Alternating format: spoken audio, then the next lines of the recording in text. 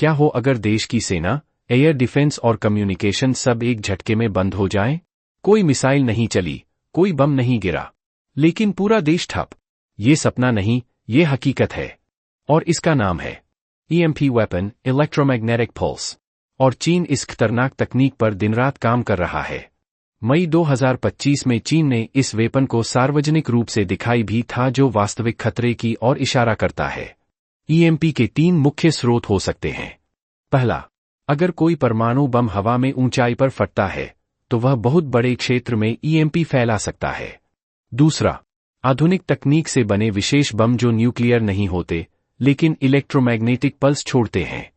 तीसरा, सूरज से आने वाली शक्तिशाली किरणें भी धरती पर EMP जैसी स्थिति ला सकती हैं। जब युद्ध की गूंज सुनाई नहीं देती, तब भी जंग लड़ी जाती है, और EMP उसका सबसे बड़ा उदाहरण है। मैग्नेटिक पल्स एक तीव्र विद्युतचुंबकीय प्रमाप जो इलेक्ट्रॉनिक्स को क्षतिग्रस्त कर सकता है। परमाणु वॉरहेड धरती से 20 किलोमीटर से ऊपर नष्ट होकर गैमा किरणों से इलेक्ट्रॉनिक्स नष्ट कर देता है। EMP एक ऐसा हथियार जो दुश्मन के सारे इलेक्ट्रॉनिक सिस्टम को सिर्फ एक झटके में फेल कर देता है। बिना गोली चलाए, बिना खून बहाए, दुश्मन की communication, power grid, missile system, air defence, सब कुछ एक सेकंड में खामोश। EMP हमला दिखता नहीं, मगर उसका असर पूरे देश को घुटनों पर ला सकता है।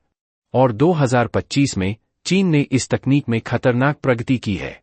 जनवरी 2025 में चीन ने दुनिया को चौंका दिया जब उन्होंने 1 गीगावाट का माइक्रोवेव EMP तोप टेस्ट किया।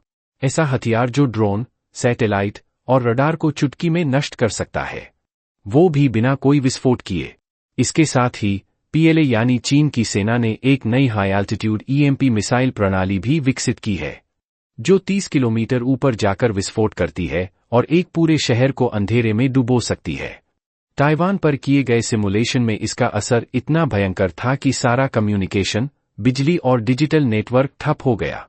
25 मई 2025 को PLA ने एक LITHIUMB-ATTERY पावर्ड COILGUN भी दिखाया, जो CAPACITORFRE डिजाइन पर आधारित है और प्रति मिनट 3000 राउंड्स फायर कर सकता है। यानी यह इलेक्ट्रोमैग्नेटिक प्रोजेक्टाइल तकनीक में जबरदस्त प्रगति दर्शाता है। अब सवाल है, क्या भारत इसके लिए तैयार है? सोचिए, अगर ऐसी मिसाइल भारत के आसमान में एक बार फूटी, तो हमारे mobile network, railway, air traffic control, power grid, यहां तक कि आर्मी की स्ट्रेटेजिक कम्युनिकेशन, सब बंद हो सकता है। ये हमला परमाणु से भी खतरनाक हो सकता है, क्योंकि इसमें हमला बिना दिखे होता है। हमारे पास भी DRDO जैसी संस्थाएं हैं, जो ऐसे हमलों से निपटने की टेक्नोलॉजी पर काम कर रही हैं। और अब समय है जब हमें और तेजी से तैयारी करनी होगी।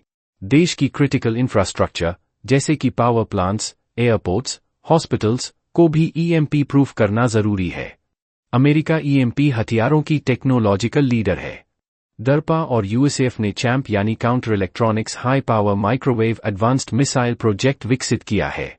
यह एक ऐसा मिसाइल प्रोग्राम है जो किसी शहर या सैन्य अड्डे के सभी इलेक्ट्रॉनिक उपकरणों को बिना खून बहाए ठप कर सकता है। अमेरिका के पास EMP हथियार न्यूक्लियर और नॉन न्यूक्लियर दोनों रूपों में मौजूद हैं। ये हथियार सर्जिकल स्ट्राइक जैसे काम करते हैं, केवल इलेक्ट्रॉनिक्स को खत्म करते हैं, मानव जीवन नहीं। रूस EMP तकनीक में दूसरे नंबर पर है, लेकिन उनकी रणनीति ज्यादा आक्रामक है। रूस के पास न्यूक्लियर बेस्ड EMP बम है, जो बड़े पैमाने पर एक पूरे देश को अंधेरे में डाल सकते हैं। रूस ने हाल ही में दावा किया कि उनके पास ऐसा EMP बम है जो 300 किलोमीटर तक के दायरे में सभी इलेक्ट्रॉनिक्स को नष्ट कर सकता है। रूस ने अपनी RS-28 सर्मट मिसाइल को भी EMP क्षमता से लैस किया है। चीन चुपचाप EMP तकनीक पर काम कर रहा है। 2023 में एक रिपोर्ट के अनुसार चीन ने DF-21 और DF-26 मिसाइलों में EMP क्षमताएं जोड़ी हैं।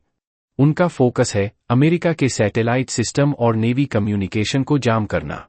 चीन ने हाई एटमॉस्फेयर EMP टेस्ट भी किए हैं ताकि वो स्पेस वॉरफेयर में बढ़त पा सके। आधिकारिक रूप से नहीं, लेकिन भारत के पास वह टेक्नोलॉजी, वैज्ञानिक शक्ति और रिसर्च मौजूद है जिससे आने वाले वर्षों में वह पूरी तरह EMP सक्षम राष्ट्र बन सकता है। DRDO और ISRO मिलकर EMP से उपकरण और सिस्टम तैयार कर रहे हैं। वैसे दोस्तों, आपका इस बारे में क्या सोचना है? आप अपना कमेंट करके जरूर बताइए। धन्यवाद दोस्तों।